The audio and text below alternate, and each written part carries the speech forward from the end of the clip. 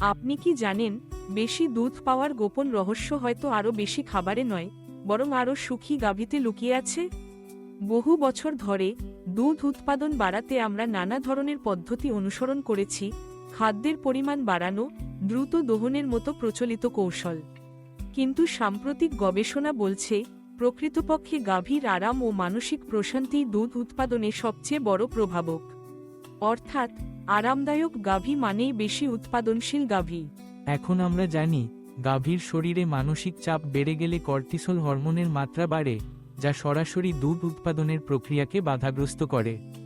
যখন গাভী চাপমুক্ত ও স্বস্তিতে থাকে, তাদের হজম প্রক্রিয়া আরও কার্যকর হয় এবং স্তনগ্রন্থিতে রক্ত সঞ্চালন বৃদ্ধি পায়, ফলে দুধ উৎপাদন স্বাভাবিকভাবেই বেড়ে যায়। গবেষণায় দেখা গেছে, আরামদায়ক গাভীরা বেশি সময় শুয়ে থাকে, যা তাদের শরীরে রক্ত সঞ্চালন বাড়ায় এবং দুধ উৎপাদনে সহায়তা করে।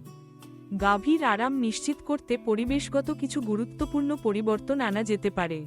প্রথমত, বিছানার ক্ষেত্রে নরম, পরিষ্কার ও পর্যাপ্ত গভীরতার উপকরণ ব্যবহার করা উচিত, যাতে গাভী স্বাচ্ছন্দ্যে শুয়ে থাকতে পারে। দ্বিতীয়ত, যথাযথ বায়ু চলাচল ও শীতল পরিবেশ বজায় রাখা জরুরি, বিশেষ করে গ্রীষ্মকালে, যাতে তাপজনিত চাপ কম থাকে। পর্যাপ্ত জায়গা, চলাফেরার সুযোগ এবং সামাজিক আচরণের জন্য পরিবেশ তৈরি করাও জরুরি। নিয়মিত দুধ দহনের রুটিন, পরিষ্কার পানি ও পুষ্টিকর খাদ্যের সহজলভ্যতা নিশ্চিত করা গাভীর সুস্থতার মৌলিক ভিত্তি। পায়ের যত্ন এবং ল্যামনেস প্রতিরোধের ব্যবস্থা গাভীর চলাফেরা সহজ করে তোলে, ফলে তারা সহজেই খাবার ও পানি গ্রহণ করতে পারে এবং আরাম অনুভব করে। এই আরামের প্রভাব শুধু দুধ উৎপাদনেই সীমাবদ্ধ নয়, গাভীর জীবনকাল বাড়ে, গোটা পাল সুস্থ থাকে এবং দুধের গুণগত মানও উন্নত হয়। কম চাপের পরিবেশে উৎপাদিত দুধে পুষ্টি ও স্বাদ থাকে বেশি। এর ফলে খামারিরা অর্থনৈতিকভাবে লাভবান হন এবং টেকসই ও মানবিক কৃষি ব্যবস্থার পথ প্রশস্ত হয়।